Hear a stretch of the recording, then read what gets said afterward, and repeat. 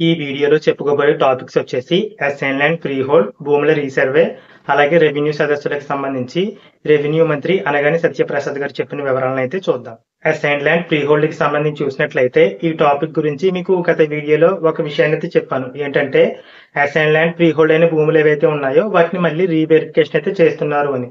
ఇది కూడా 1-2 జిల్లాల్లోనే చేస్తున్నారు అన్నట్లుగా ఆర్టికల్స్ అయితే వచ్చాయని. దీనికి సంబంధించి ఈ రోజు రెవెన్యూ శాఖ మంత్రి అనగాని సత్యప్రసాద్ గారు అయితే కొంచెం క్లారిటీ అయితే ఇచ్చారు. రాష్ట్రం మొత్తం మీద ఈ ఫ్రీ హోల్డ్ భూములు ఏవైతే ఉన్నాయో వాటికి సంబంధించి వెరిఫికేషన్ అయితే జరుగుతుంది. అక్టోబర్ నెలాఖరు వరకు కూడా ఈ వెరిఫికేషన్ అయితే రాష్ట్రం మొత్తం మీద కండక్ట్ చేస్తారు.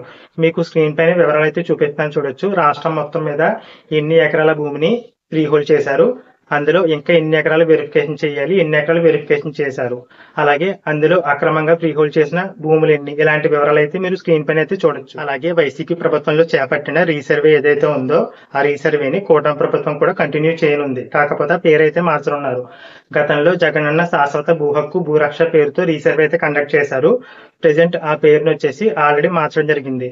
ఆంధ్రప్రదేశ్ రీసర్వే ప్రాజెక్ట్ అని అయితే మార్చడం జరిగింది. ఇక ఈ భూముల రీసర్వే అనేది గత ప్రభుత్వం చేపట్టినట్టు కాకుండా రైతులని ఈ రీసర్వేలో భాగస్వామ్యం చేసి అధికారులు ఎవరైతే ఉన్నారో వారికి రీసర్వే చేయడానికి కొంత సమయం అయితే ఇచ్చి ఎలాంటి అక్రమాలు అవకతవకలు లేకుండా రీసర్వే అనేది సరిగ్గా చేయడానికి అయితే ఏర్పాట్లు అయితే చేయాలని మంత్రి గారు అయితే చెప్పడం జరిగింది. అలాగే భూముల రీసర్వే చేసేటప్పుడు జియో ట్యాగింగ్ అయితే చేస్తారు కదా. ఈ జియో ట్యాగింగ్ అనేది కేవలం పంట పొలాలకే కాకుండా ఏవైతే ఇల్లు ఉన్నాయో వాటికి, అలాగే ఇంటి స్థలాలకి, వీటన్నిటికీ కూడా జియో ట్యాగింగ్ అయితే చేయనున్నారు. ఇక రెవెన్యూ సదస్సులకు సంబంధించి అప్డేట్ చూసినట్లయితే రెవెన్యూ సదస్సులు అనేవి త్వరలో కండక్ట్ చేయబోతున్నాము అని అప్డేట్ అయితే ఇచ్చారు, కానీ ఎప్పుడు అన్నది అయితే చెప్పలేదు.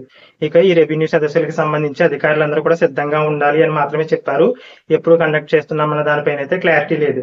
ఒకవేళ ఈ రెవెన్యూ సదస్సులు అనేవి ఫ్రీ హోల్డ్ చేసిన భూములు ఏవైతే ఉన్నాయో ఆ వాటి వెరిఫికేషన్ పూర్తయిన తర్వాతే ఉన్నట్లయితే మాత్రం నవంబర్ నెలలోనే ఈ రెవెన్యూ సదస్సులు అయితే ఉంటాయి.